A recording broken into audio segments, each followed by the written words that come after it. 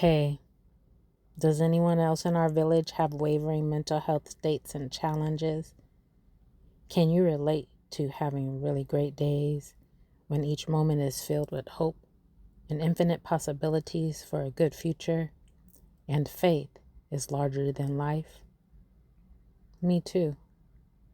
And then there are other days when I can't pinpoint why, but hope in just getting through the day is a heavy task and faith is as small as a mustard seed. Dear one, you are not alone.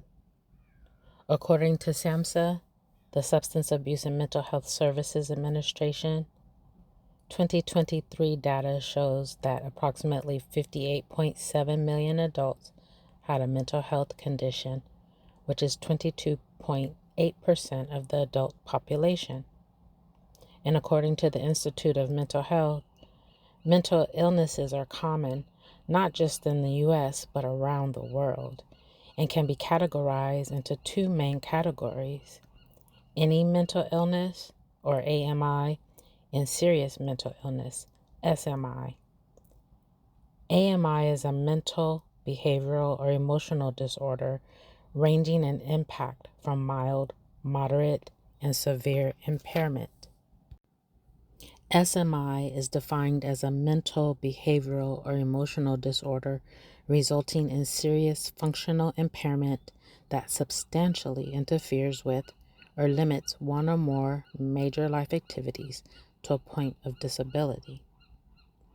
Some mental health conditions, as described by Mental Health America, are anxiety, depression, bipolar disorder, suicidal thoughts, addiction, or substance use disorder. Mental health is health. Health fluctuates, right? Think of your physical health. Did you ever heal your cold or flu symptoms? And even when left with that nagging cough and lingering mucus rattling about in your throat, you knew you were getting better and that you weren't, quote, contagious anymore. Have you ever burned yourself, cut yourself, or broken a bone? And even when left with the scars, the soreness, or stiffness, you understood, without talking about it, that your wounds would heal with time. To me, mental health is similar in that with intention, various symptoms of distress, emotional, and mental health conditions may improve. With awareness, attention, intention, and loving action, health may begin to get better physically, mentally, and also spiritually. I also think of financially, environmentally, socially, and creatively. This is a reality for me, and I know it can be a reality for you. I state these truths even as I face emotional and mental struggles today. With that said, just so you know, I called in a wellness day at work today. This is officially called a sick day.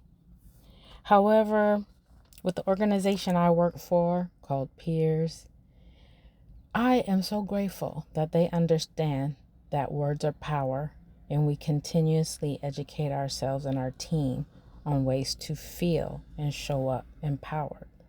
So, taking my wellness day today means I am focused on myself, on my healing, and whatever is distressing me, I am working through it. I even cried a little today for about 10 minutes sitting by the water, and it was so refreshing and revealing and rejuvenating.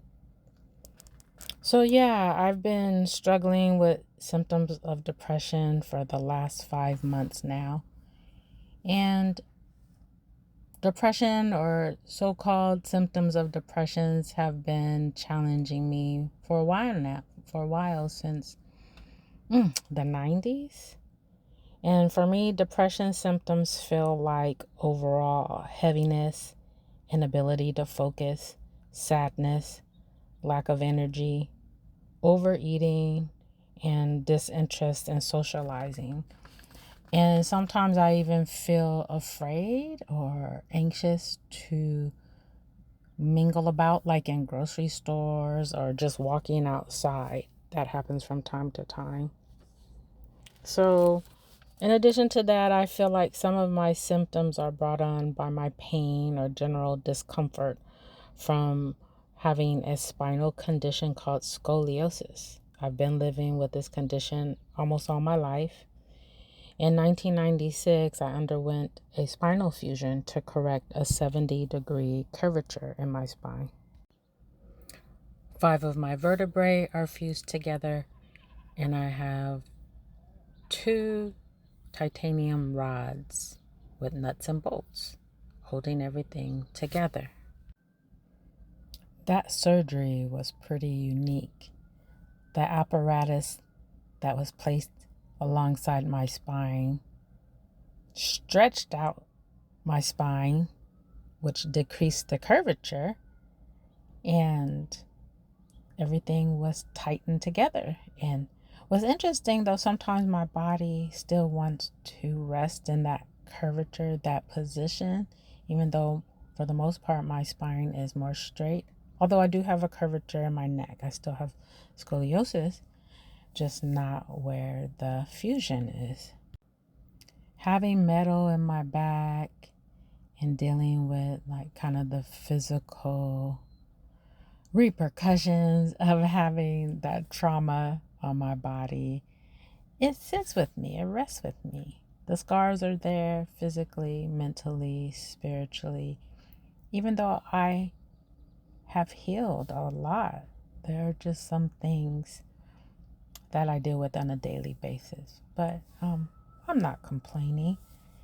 I'm just saying that the reality of my physical condition, it impacts my mental health and my emotional state sometimes. Also, I am in menopause. So if you feel like this is TMI, you are in the wrong place. But I think if you've listened to me thus far, you are very much welcome and in the right place. Experiencing menopause, going through the fluctuations of hormones that I no longer need or will use, or dissipating and others are taking its place. That's been a journey as well. So I just have this gumbo pot of human stuff going on, and it impacts my mental health sometimes. My mental health states fluctuate, and that's just part of the human condition. That's what I'm here talking about. Mental health is health, and it affects everyone. And it affects everyone in different ways and in similar ways. And I'm interested to know how your mental health is impacted. And if you maintain a balanced mental health on a daily basis, please share it with the rest of the village what you do. Some of the things I do to maintain equilibrium: I enjoy the outdoors, watching furry and feathered creatures in nature. I enjoy gardening, growing plants. I thrive by eating whole foods, healthy foods, cooking, sharing time with my son and grandchildren, chatting and laughing with my mom and dad, and thinking about and sending love and prayers to my brothers and my sisters, my nieces, my cousins, my family. My family is so important to me, and even though I don't share a lot of physical time, spiritually I'm connected. They are always my family. I always have them. Even in rough times, they are glue that holds me together. And what else? I enjoy my work time. My colleagues and I have similar values, and we work on sharing mental health education in our community, ending stigma around mental health, not just in the community, But yes, in our community and around the world, within ourselves, we as people sometimes are ashamed of having fluctuating mental health states. As I have, which is why I've created this video to share what I'm going through. Many of you know I moved into my car. I moved into my car to make more space for my mind. Yeah, like I can go more into that in another video. But I definitely needed space to think and heal and reveal the next thing I'm supposed to do in life. And the excessive weight and stress and pressure of paying this exorbitant rent in the San Francisco Bay Area, I don't know, it just doesn't resonate with me. It was not fulfilling. And I do want to live in a space that's more conducive to my growth and my healing and supporting my family, having my grandkids over where we can garden and plant veggies and flowers and attract butterflies and bees and dragonflies. That would make me so happy. And the spaces I've lived in the last decade, in part allowed me to do that, but it isn't quite aligned to what would serve me best for the utmost well-being of my mind, body, spirit, finances, and relationships. So please share with us about you. I'm grateful for your presence. Thank you for sharing. And I will chat with you in the next video. I love you so much.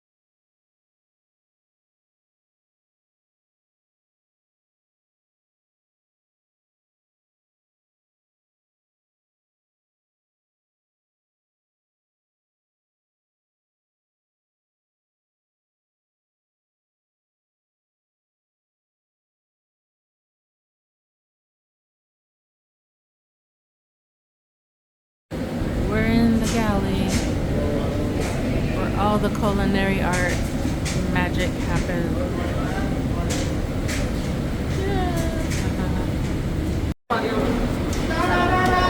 Thank you.